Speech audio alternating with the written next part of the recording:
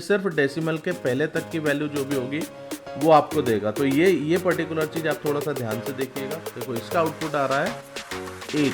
इसका मतलब इस पर्टिकुलर एक्सप्रेशन का मतलब ये है 2 इंटू टू इंटू टू, मतलब हम 2 को 3 टाइम्स मल्टीप्लाई कर रहे हैं। ठीक है, अब आप बताओ इसका रिजल्ट क्या आएगा, इसकी वैल्यू क्या आएगी। अपन ने जो भी ऑपरेशन अभी करे उसके बेसिस पे इसके रिजल्ट क्या आने वाला है।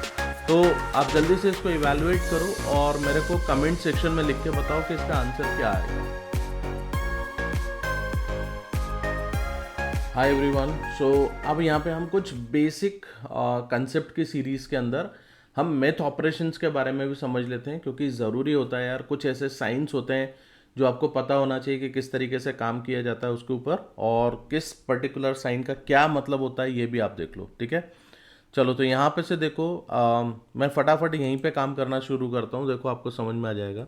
सिंपल अपन जो एग्जाम्पल है वो एग्जाम्पल लेकर ही देखेंगे, तो उससे आप जल्दी समझ जाओगे। ठीक है, तो जैसे मैंने मैथ ऑपरेशंस में प्लस सबसे पहले देख लेता हूँ। जब मैं इसको ऐड करूँगा तो आपको पता है यार इसका आउटपुट आपको 20 आ जाएगा। ठीक है, दूसरा एक ऑपरेशन देख लेते हैं हम लोग। यहीं पे देखो मैं इसको ले लेता हूँ। अगर मैं डिवाइड कर रहा हूँ, अब माइनस और वो सब तो आपको पता होगा। ठीक है, मैंने 10 डिवाइड बाय 4 किया तो इसका आंसर क्या आ जाएगा। यहाँ पे से देखो 2.5 ये आपको दे रहा है। ठीक है, मतलब ये आपको फ्लोट वैल्यू के साथ में ये देता है। तो यहाँ पे से आप देख सकते हो कि जब आप ये डिवीजन करते हो गाइस, तो ये आपको फ्लोट वैल्यू आपको देगा। ठीक है, अब ये जो एक डबल साइन है, डबल ये है, इसका क्या मतलब होता है ये मैं आपको बता देता हूँ। देखो प्रिंट करके अगर मैं इसको बोलता हूँ 10 एंड 4, अब आप देखो इसका आउटपुट क्या आने वाला है। इसका आउटपुट आएगा 2। तो ये क्या करता है, जो डबल स्लैश है ना या डबल डिवीजन जो होता है, ये जो हमारे को डेसिमल के बाद जो भी वैल्यू होती है वो डेसिमल के बाद की वैल्यू को पूरी तरीके से एक्सट्रैक्ट कर देता है, हटा देता है। तो ये सिर्फ डेसिमल के पहले तक की वैल्यू जो भी होगी वो आपको देगा। तो ये पर्टिकुलर चीज़ आप थोड़ा सा ध्यान से देखिएगा, क्योंकि इससे रिलेटेड बहुत सारे यूज़ केसेस अभी आएंगे आपको आगे, जिनको आपको इम्प्लीमेंट करना है। बाकी आपको देखो यहाँ पे ये मॉड्यूलस ऑपरेटर भी पता है कि यार ये रिमाइंडर देता है, यहाँ पे स्टार मल्टीप्लिकेशन है, ये माइनस सब्सट्रैक्शन है। एक हम लोग देख लेते हैं ये एक्सपोनेंशिएशन का मतलब क्या होता है। तो देखो फॉर एग्जांपल मैं बोलता हूँ प्रिंट 2 एक्सपोनेंट 3। अब इसका क्या आउटपुट आता है, let us see this first, then मैं आपको बताता हूँ इसको। देखो इसका आउटपुट आ रहा है 8। इसका मतलब इस पर्टिकुलर एक्सप्रेशन का मतलब ये है 2 इंटू टू इंटू टू, मतलब हम 2 को 3 टाइम्स मल्टीप्लाई कर रहे हैं। ठीक है, ये 2 टू द पावर 3 है। 2 टू द पावर 3 मतलब ये। तो यहाँ पे एक्सपोनेंशिएशन का मतलब ये चीज़ होती है। आई होप ये समझ में आ गया होगा। ठीक है, तो ये हमारे मैथ ऑपरेशंस हुए गाइस, जिसको आपको ध्यान से समझना है। अब इसके अलावा मेरे को एक चीज़ बताओ, अगर मैं आपसे ये पूछता हूँ कि यार ये मेरे पास में एक ऑपरेशन है, ठीक है, कहीं से आपके पास कुछ एक मैथमेटिकल ऑपरेशन कैलकुलेट हो रहा था, ये आपके पास में एक ऑपरेशन है। अब आप बताओ इसका रिजल्ट क्या आएगा, इसकी वैल्यू क्या आएगी। अपन ने जो भी ऑपरेशन अभी करे उसके बेसिस पे इसके रिजल्ट क्या आने वाला है। तो आप जल्दी से इसको इवैल्यूएट करो और मेरे को कमेंट सेक्शन में लिख के बताओ कि इसका आंसर क्या आएगा। ठीक है, किया, चलो देखते हैं। यहाँ पे से देखो इसका आंसर आ रहा है 17.0। अभी 17.0 क्यों आया, इसको समझने के लिए एक काम करते हैं, इसको हम यहाँ पे स्टेप बाय स्टेप समझते हैं। तो देखो एक रूल होता है गाइस मैथ्स के अंदर, that is basically called PEMDAS rule. अब ये पेमडास का मतलब क्या होता है, पी का मतलब है पैरेंथेसिस, ई का मतलब है एक्सपोनेंट्स, जिसमें आप पावर या रूट्स या ये सब चीज़ें इवेल्युएट करते हो। देन मल्टीप्लिकेशन आता है, देन डिवीजन आएगा, then addition and then finally subtraction आएगा। तो जो ऑर्डर ऑफ इवैल्यूएशन होता है गाइस वो इस तरीके से होता है। दूसरा आपको एक चीज और ध्यान रखना पड़ेगा कि Python follows left to right evaluation for operations of the same level. मतलब अगर सेम लेवल पे अगर आपको कोई चीज आ रही है तो वो जैसे लेफ्ट टू राइट में आपका ऑपरेशन होगा, बट अगर मैं मल्टीप्लिकेशन एंड डिवीजन की बात कर रहा हूं तो पहले मल्टीप्लिकेशन होगा फिर डिवीजन होगा। अगर एडिशन सब्ट्रैक्शन है तो एडिशन पहले होगा फिर सब्ट्रैक्शन होगा, ठीक है। ये लेफ्ट टू राइट में इवैल्यूएट होते टाइम पे ये चीज को आपको ध्यान में रखना है।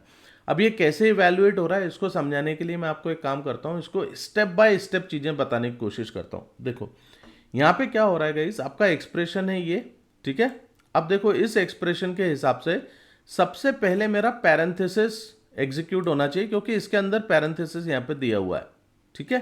तो पैरेंथेसिस में हमने क्या करा, अगर पैरेंथेसिस नहीं होता तो देखो ये सबसे पहले 2 into 2 को एग्जीक्यूट करता, मतलब ये एक्सपोनेंट्स को लेके जाता सबसे पहले, पर हमने पैरेंथेसिस दे दिया है इसलिए ये सबसे पहले पैरेंथेसिस को एग्जीक्यूट करेगा। और 6/3 जो मैंने यहाँ पे से किया हुआ है इट इज गिविंग बेसिकली 2.0, ठीक है। अब क्यों 2.0 इसने दिया, क्योंकि मैंने यहां पे से सिंगल डिवीजन यूज करा है। अगर मैं डबल डिवीजन करता तो ये मेरे को सिंपली 2 दे देता, ठीक है। तो ये भी आपको आई थिंक समझ में आ रहा होगा। तो इसके बेसिस पे आपका जो एक्सप्रेशन बना हुआ है वो एक्सप्रेशन ये बन गया, मतलब 3 + 4 × 2 एक्सपोनेंट 2 - 2.0 ये आपके पास में बना। अब सेकेंड स्टेप में क्या होगा, सेकेंड स्टेप में हमारा पेमडास का जो रूल करता है वो इसके अंदर हम लोगों को ये पहला काम होना चाहिए, ठीक है। तो यहाँ पे से देखो 2 × 2 आपको 2⁻² आपने करा, 4 आपको मिल गया, राइट।